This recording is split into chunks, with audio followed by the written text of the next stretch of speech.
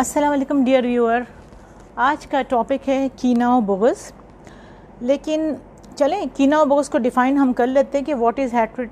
Actually आप सुनते हैं ना, हेट क्राइम है, ये है वो है, और कीना और हेट्रेड खेली जाती है मुख्तलिफ रीज़न्स की वजह से। देखते हैं क्या है। It's a kind of fixation which affects your mind, soul and body, और जिससे हम मिस जजमेंट का शिकार होते हैं।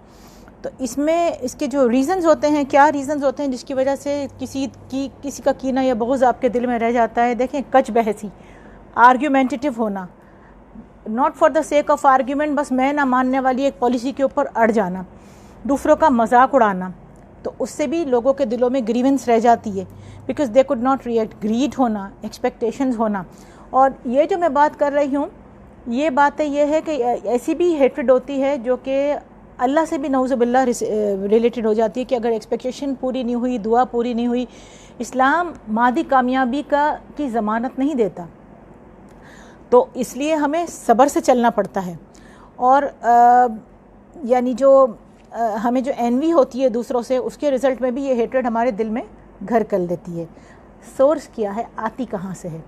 बाज़ औक़ात पेरेंटल ट्रेनिंग का हिस्सा होती है। काले से नफ़रत करो, गोरे से मोहब्बत करो, इस सेक्ट को ना पसंद करो, उस चीज़ को ना करो, वो कौमियत सही नहीं है। ये सारी चीज़ें बाज़ औक़ात कम्युनिटी से और आपके पेरेंटल ट्रेनिंग का पार्ट होती है।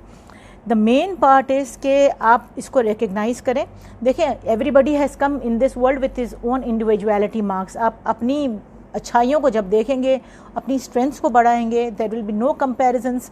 और कंपैरिजन जहाँ आप कंपैरिजंस को लाएंगे, वहाँ आप हेट करना लोगों को शुरू कर देंगे। इसका ट्रीटमेंट क्या है? First of all, recognise the presence of hatred.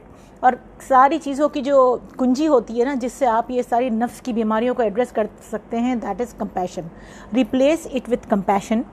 इसकी सोर्स पता करनी चाहिए पहले तो, कि ये जो आपके पास हेट्रेड है, तो इसकी सोर्स क्या है।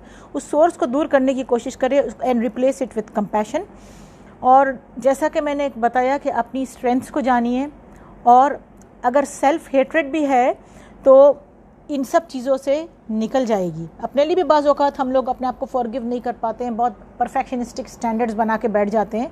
तो उन चीज़ों को सेल्फ कंपैशन से आप उस चीज़ को भी ठीक कर सकते हैं।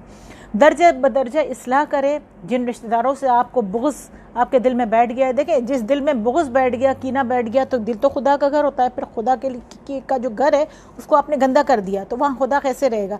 तो वे योर प्रायोरिटीज़। किसी की नफ़रत अजीज़ है, या आपको खुदा का अपने करीब तरीन, अपनी शहरक से भी ज़्यादा करीब तरीन रहना अजीज़ है? Weigh your priorities and then decide about the remedial action. अच्छा, गले मिलने से, गिफ्ट देने से, और मेहमान बुलाने से भी, उन्हीं लोगों को मेहमान बुलाने से जिनसे आपको प्रॉब्लम हो, काफ़ी चीज़ें आप लोग रिज़ॉल्व कर सकते हैं। दूसरी बात ये कि डेथ पर अगर, और आखिरत पर, मौत और आखिरत को पे अगर हमारी नज़र रहेगी, तो हेट्रेड जैसी चीज़ हमारे पास से जाती रहेगी। और हमें अपनी जो ग्रेटिफिकेशन, हमारी जो सेटिस्फेक्शन या ग्रेटिफिकेशन है किसी भी चीज़ के लिए, we have to develop impulse control. नफ्स पे कंट्रोल और तरबियत नफ्स का बेहतरीन ज़रिया यह होता है कि we should delay the gratification. और अब सिर्फ यही नहीं है कि आप अपनी इस्लाह करें कीना और बुग़्ज़ से, बल्कि इसको नस्लों तक पहुँचाएँ, मोमिनों के बीच इस्लाह करवाए, जो कि एक पसंदीदा अमल है। तो चले इसके साथ ही मिलते हैं नेक्स्ट टॉक पर।